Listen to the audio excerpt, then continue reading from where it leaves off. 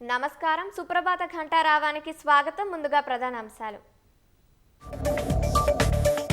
విచారణ అర్హతే సమస్య, మధ్యవర్తిత్వమే మేలు. పోలవరం నల్లమల్ల సాగర్పై తెలంగాణ దాఖలు చేసిన రిట్ పిటిషన్పై సీజేఐ వ్యాఖ్య. అసెంబ్లీలో నేడు హెల్త్ పాలసీపై స్వల్పకాలిక చర్చ. విపక్షాలు పెద్ద ఎత్తున విమర్శల నేపథ్యంలో ప్రాధాన్యం.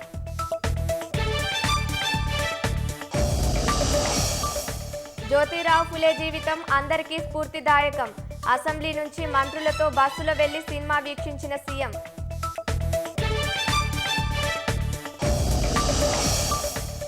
బ్లో అవుట్తో కోనసీమ ప్రజల్లో మరోసారి భయాందోళనలు. గ్యాస్ పీడన స్థాయి తగ్గే వరకు మంటల్ని ఆర్పలేని పరిస్థితి.